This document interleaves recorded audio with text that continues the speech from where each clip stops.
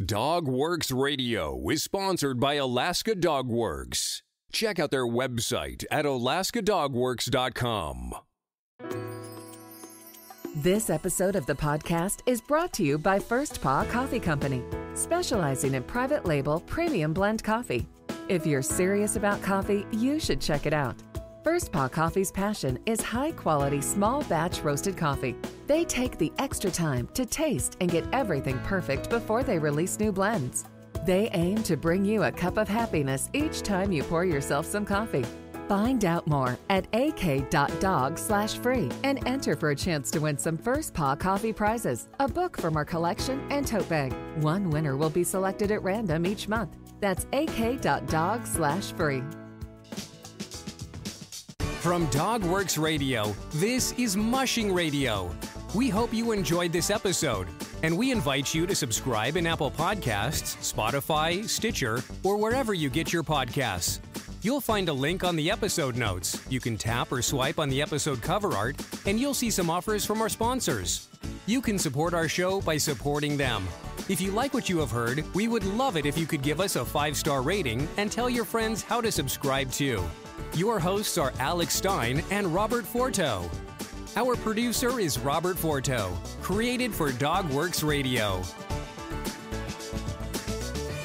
Hello and welcome, everybody. This is Robert Forto, and you're listening to Mushing Radio here on KVRF 89.7 in the Mat-Su Valley. RadioFreePalmer.org is our live streaming site, and you can find all of our episodes over on dogworksradio.com. Be sure to check us out on social media by searching Dogworks Radio. And today I'm joined by my co-host. He's calling in from Southern California. Alex, how's it going today? It's going really well. We are lucky. Where I am, we are down pretty far away and down, not in the wind direction from some of the fires. We have Santa Ana wind conditions, so there have been a couple of wildfires that have broken out over the past 24 hours as we're recording this, and lots of people in the Pacific Gas and Electric area who are facing controlled blackout conditions to keep the fires from spreading. So hopefully this will all be sorted out and get under control within a couple of days. Yeah, I hope so. It's always a chore to live down there in the big city, isn't it? It is, and it's where we are.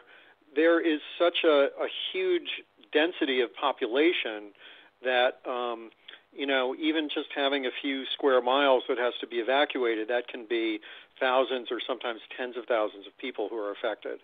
So it's supposed to get a little bit cooler, and hopefully that'll allow the firefighters to really get a beat on this and to get things under control.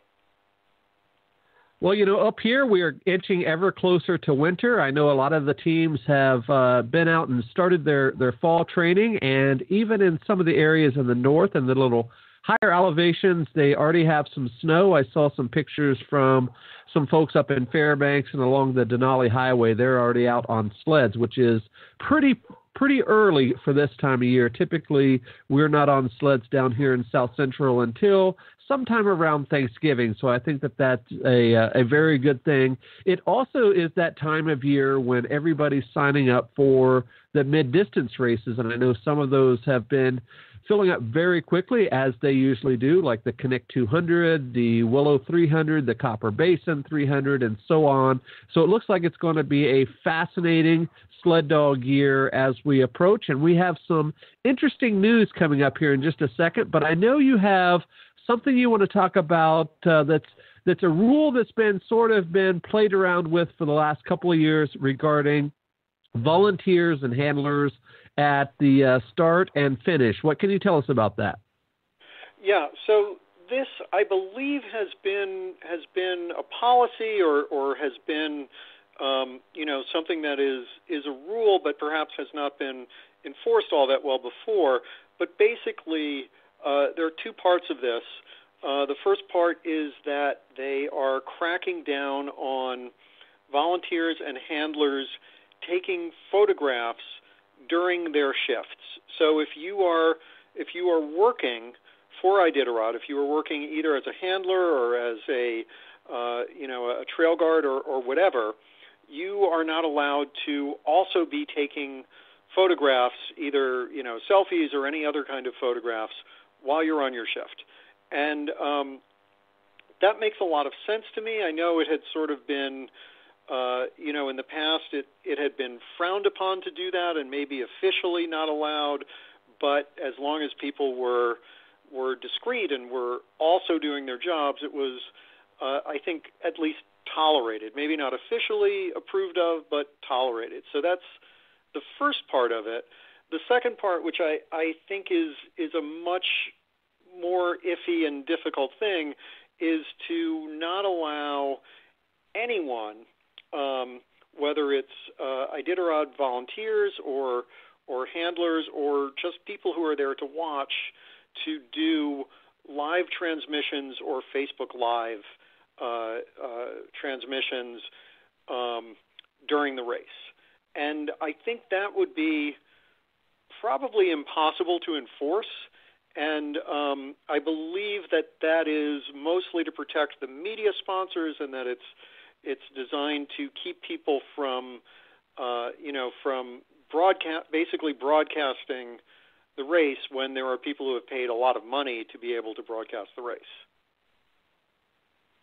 I have a couple of points on that. The first one you had said about the start and restart with the handlers and the volunteers and whatnot.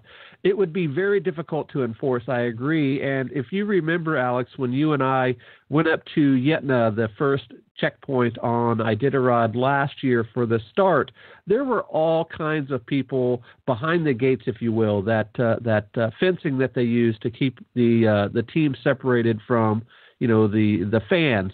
And there were all kinds of people down there in the chute who had their phones out and were taking video and photos and all of that. And even some of them who were supposed to be handling the dogs, the folks with the armbands that said handler or whatever, they were actually down there taking photos and video as well, which could turn into a very precarious situation. And I say that, and this happens all the time in mushing, is a team comes into the chute and they're getting checked in and they're checking their gear and whatnot. And within just a few seconds, here comes another team barreling in behind them, and they literally run up their tail. And if the handlers and folks in the chute aren't quick, they can have a real tangle on their hands. And they've tried to eliminate that a little bit, especially at the Iditarod checkpoints where they separated into two chutes.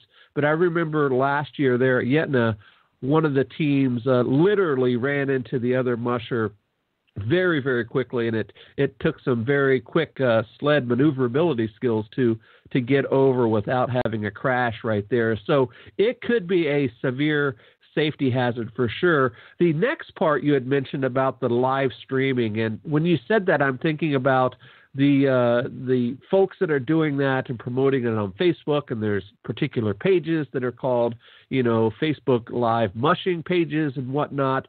And while they garner a heck of a lot of fans and a heck of a lot of attention and views, I think back to the NFL, and I know you and I have compared and contrasted this sport, in particular Iditarod, with the NFL and other pro sports. And if you notice, before every football game, they always say that this broadcast or this telecast or the showing of this sporting event is illegal without the express permission of the NFL. And I think this is a very similar situation with Iditarod, because even though it is a product that is over 1,000 miles, it still is their product, and it is still their copyrighted type race. What do you think about that and in comparison with the NFL? I agree with you to a certain extent, but it's going to be very, very hard to do that because, let's look at the ceremonial start in Anchorage, which starts off in the very beginning. It's packed. It's very hard to get close to the dogs when you're right at the start. But if you go 6 or 7 blocks away, it's considerably easier to get right up to where the dogs pass you by. And then going even further, during those 11 or 12 miles, it goes into the woods, and you can literally, people will give high fives to the mushers. Mushers will stop in the woods and get hot dogs and baked goods and things. I'm not sure that it's possible or even feasible for the Iditarod to say, well, if you're in the middle of the woods in a public place, in a place that is not owned or controlled by the Iditarod, that they're going to prevent you from doing any sort of live streaming there. That seems it seems like it's a bit of a stretch to me. And the other point I wanted to make is that while I understand them wanting to control the media and the video that are released about this, I think that especially when you get past the official start, that these kind of Facebook Live things where there are fans or even journalists who are going live and are showing aspects of the race and are showing some of the teams going by, I do not believe that hurts the Iditarod at all. I think that helps create excitement about it, and I think that really helps spread the message about mushing and helps popularize the race. So I would be really opposed and upset if the Iditarod were going after someone who's live streaming, in the woods in a public place, because I really think that is something that helps rather than hurts.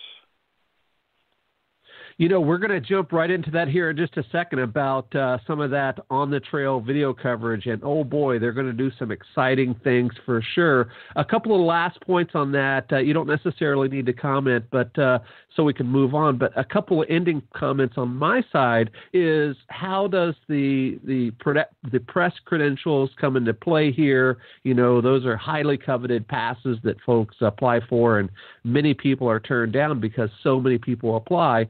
And then lastly, what about these Facebook Live folks that are doing this for a living and have sponsors and are making money off the coverage, et cetera, et cetera? I think that also comes into play if you think again about that NFL comparison, because as we know, there are hundreds of thousands of people in the stands at NFL games that are taking video and pictures and all that. But I would say, the vast majority, maybe even 99% of those folks are not doing it for some type of commercial gain, whether they have spots, commercial spots or media spots or whatever on their coverage. Let's move over into the next topic today, and that is some interesting news that came out a couple of weeks ago, but now it's really come into the fold. It's about an international sled dog championship circuit, and there's a company called Krill Pet, and they're going to have what they call the Krill Pet Arctic World Series, and it's called QPAWS for short, and they're going to include 4 races on this circuit. They are the Bear Grease Marathon, which is in Minnesota here in the U.S., the Finnmark Slopet in Norway, the Volga Quest, which is in Russia, and then the Iditarod, which is in Alaska. So all 4 of these races will be a part of this championship, and what they're saying on their press release, that anybody that enters one of these races is already going to be in the running for the points in the other races, and folks like Dallas Seavey and some other people have expressed a lot of interest in this. And what is the most interesting part of this is they're going to have international coverage on online, digitally on Facebook and all this, and of course on TV and other markets. And we're going to put a teaser video up on our website on dogworksradio.com that the QPAWS people have released, and it is a very cool way that they're going to cover this. It looks very similar to how you would be watching, again, an NFL game or any other type of sports with the trailers at the bottom and the standings and all of that. It's not just going to be video coverage of folks coming into the race and, of course, doing interviews and whatnot. So I'm very excited about this. But I have a couple of questions or points that I would like to make.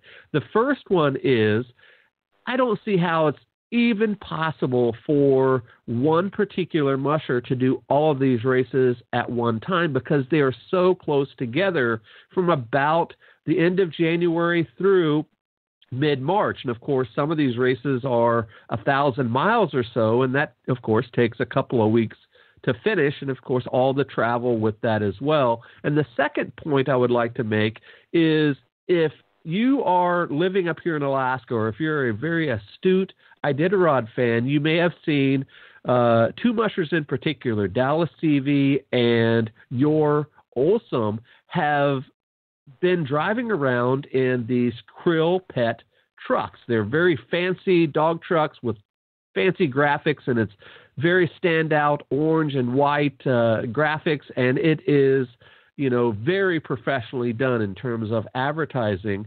So they're part of this Krill Pet team, and I'm sure there are others, but that comes into play. This has been in the works for a couple of years because this has been going on at least 2 years with Dallas. So what are your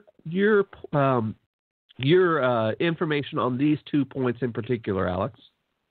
Yeah, well, the information that I've read, and it's still a little bit unclear how exactly the point system is going to work, but the top finishers in each of these 4 races will accumulate points, and then the musher who has the most points in their top 2 of these 4 races will be named the International Dog Racing Champion, and among the other prizes are paid entry and transportation to the 2021 Iditarod. As you mentioned, there's a very, very tight turnaround period on this, and I do not believe that it is really feasible and possibly even impossible for anyone to do all 4 of these races. I think the turnaround between when the bear grease will finish and when the next race starts is like 2 or 3 days, and to get a musher and a full dog team and all your equipment to the other side of the world in 2 or 3 days doesn't seem like it's feasible at all. And the turnaround between the second and third races is also a matter of days. There's a little bit longer time between the third race and the Iditarod. So my guess is that people would be doing the Iditarod and then one of those first 3 races. I personally am pretty excited about it. I'm hoping that the coverage, the video coverage and the TV coverage, is as good as it looks in the trailer, so that I think is going to be a very exciting thing. I know a lot of people have been criticizing this online and saying things like, well, there's been some criticism about naming this an Arctic event when it doesn't include races that actually are in the Arctic and includes the Bear Grease, which is in the lower 48, which is significantly below the Arctic Circle. But we've been talking about the need for Iditarod and for mushing in general to be thinking outside the box and looking more towards the future and doing things that are more innovative. And so where I come down on this is that even though there's a lot of challenges, and I'm sure there will be a lot of things that will go wrong and a lot of things that won't quite live up to its potential, at least in the first year, I'm very excited that this is happening. I think that this is a great thing for the sport in general, and I think it's a really good thing for Iditarod, and it's exactly the type of thing that we've been talking about that has been needed for the sport, I think, for the last few years anyway. Alex, I know that you're a big music fan, and of course, you know I am as well. And when you had mentioned that that very quick turnaround, the only thing I can think about is how they do concerts. And if you know, they are setting up stages for a couple of concerts down the line. You know, today, if a show plays today, let's say it's the Rolling Stones and they're playing in Chicago, they're already setting up the stage and whatnot for the next concert, maybe in Phoenix, maybe next week. Do you think that that's possible at all with really some of these major kennels or these big-time kennels that could send a second or even a third dog team down the line to the next race, and then just like a rock star, the musher jumps on the plane after the bear grease and shows up at the next race. I believe the next race would be the Finnmark race. I'm not sure on that, but jump on a plane, fly over to Norway, and show up to the start and rock and roll. What do you think about that? You know, I think it's possible, but unlike the Rolling Stones, where they can have essentially two identical or nearly identical stage setups, and they just have, you know, different crews setting them up in different cities, with dogs, you sort of want to have your top dogs, your top 14 or 16 dogs, or however many there are in a race.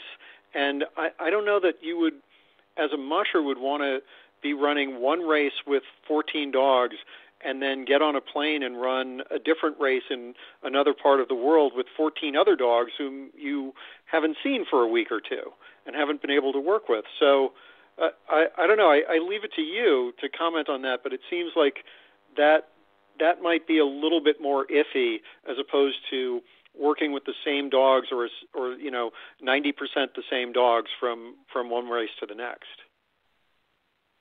You know, Alex, I think anything is possible, especially in this caliber of mushing. I think, these big kennels enter multiple teams in these big races all the time. They have the A team and the B team. I don't know if it's highly unrealistic that, somebody like Dallas Seavey or Ural Olson doesn't train up two hardcore Class A teams or A teams and then send them over to the next race. And of course, we're speculating, but you just never know with something like this that's going to be happening. I'm looking forward to it. I would love to see how the logistics play out. And of course, I am looking forward to seeing how it is played out on the internet and TV and all that as we come. Because I think, if there are, of course, going to be some drawbacks in terms of media coverage, but I think it's going to be a big boon to the sport, and I think it's going to introduce a heck of a lot of people around the world to dog mushing, and I think we're going to have a lot to talk about this season in particular if we can watch races right here on our computers. So earlier you learned about First Paw Coffee Company, and now I'm going to tell you about its Tail Wagger Blend. First Paw Coffee Company's Tail Wagger Blend is their first offering, and its name and label were crowdsourced from their Facebook fans. How cool is that? The Tail Wagger Blend is a private label premium blend that was developed just for them. It is a medium roast from Colombian beans with tastes of Brazil nuts, grapefruit, and oak. Be sure to go to ak.dog/free and enter to win a bunch of cool prizes. That's ak.dog/free. So our next topic, we only have about 8 minutes left, and it's something that we've wanted to talk about for a long time. We're going to talk about the 2020 Serum Run. Start us off, Alex. So there has been in the past Serum Run expeditions, and I believe the modern ones were started by Colonel Norman Vaughan, and the idea was to retrace the path of the 1925 Serum Run, which we've talked about a lot, and we did a special series on the 1925 Serum Run. But I'm very excited that you are one of the organizers of the 2020 Serum Run expedition. And I know this is something that's been kind of near and dear to your heart for a long time, and something that you have tried to get off the ground before. So I guess let's start with what are the general outlines of how this 2020 expedition is going to work? as you mentioned, Alex, this is something that I've been thinking about and doing behind the scenes for several years. And it's interesting that we talked about this QPAWS series, and now we're talking about Serum Run. It's something that's been on my mind and on paper and even in the logistical planning stages for many years, at least since about 2011, 2012, when the last Norman Vaughn Serum Run was ran. And we're looking very forward to it. We have a team of 16 people right now that are going to be traveling the trail from Nenana to Nome. We're starting the third week of February, the 20th of February, and we hope to be in Nome in the middle of the Iditarod week, in between the start and the first mushers into Nome around the 8th or 9th. So about 18 days or so on the trail, and we're going to do exactly what you said. We're going to recreate as much as we possibly can how the original Serum Run was ran. We're going to run on that same trail. We're going to talk in the communities. We're going to deliver a package of quote-unquote serum to the folks in Nome, which will probably be a batch of dog vaccines or rabies vaccines or something of the like. And we're going to do our best to get out there and enjoy parts of Alaska that many people on this expedition have counted as a bucket list item for many years. There are many people that are going that have thought about this for decades, and now we're bringing it back to the state of Alaska, and we're looking forward to jumping on the trail this February and making it happen. And I know that you have one of the participants who is going to be along this year is going to be a veterinarian who's going to be dedicated to making sure that all the dogs are healthy and all the dogs are well taken care of. Can you talk a little bit about that aspect of it? Yeah, anytime you travel into remote Alaska, you have to have somebody that you can count on in case there are injuries or illnesses with the dogs. And in the past, they've always had a veterinarian that traveled along the trail. And many times on the previous Serum Runs, these veterinarians would also do things for other community members in the villages where they're doing vaccine clinics and the like. But our veterinarian is actually a traveling veterinarian who spends part of his time up in Nome. So he's going to be traveling with us and, of course, providing the care and the guidance that we may need on the veterinary side of it. So we're looking forward to that for sure. And if you can give people a sense of about how much mileage are you looking at per day? The longest days are about 60 to 65 miles, and some of those days are on some of the most treacherous parts of the trail. If you remember, a couple of years ago, they did the Iditarod start in Fairbanks and then traveled much of this same trail onward to the Yukon, then, of course, over onto the coast and up to Nome. And during that race, it got to about 50 or 60 below zero there between Manly and Ruby there. Really, really cold. And if you remember correctly, that was when Lance Mackey had a heck of a lot of his problems, and he and his brother ended up finishing the race together because of his injuries to his hands. But most days, Alex, are between 20 and 40 miles, which is very doable for an expedition dog team. We're going to travel as a group. We're going to have trail breakers go out each morning about an hour before the dog teams. Then the dog teams will leave, and then we'll have a couple of trail sweeps that sweep up the trail behind us, and then we will all arrive in the community or village where we're going to be staying for the night. And if we have time, we're going to be doing some service projects and talks with folks in the villages that we're really looking forward to. And I know that it's a few months in advance, and things happen. Things tend to happen before big dog races or expeditions like this. But I know that there are a bunch of Iditarod vets and people who have run the Iditarod and other long distance races. Can you talk about a few of the people that you know are going to be on the trail with you this year? Yeah, as I mentioned, we have 16 people traveling with us, and that includes 7 dog teams, including myself, and a couple of names that people may know, including Hugh Neff and his wife Olivia are planning on joining us. Also, another Iditarod musher, Kathleen Frederick, and her husband Bill will be traveling with us. And we even have a couple, Alex, that are traveling on this trail for their honeymoon. This is one of those bucket list items that they've wanted to do for years, and they've always thought about doing this together, but they've been married for decades now, but they never got to take a honeymoon. So they're going to be traveling this trail and make it part of their very long-awaited honeymoon, which we're looking forward to. That's a very exciting thing. I know a lot of our fans are definitely going to want to be following this, and is there going to be a website, or are there plans for particular hashtags that you might know about already, that so that people can make sure that they're following the expedition as it goes on?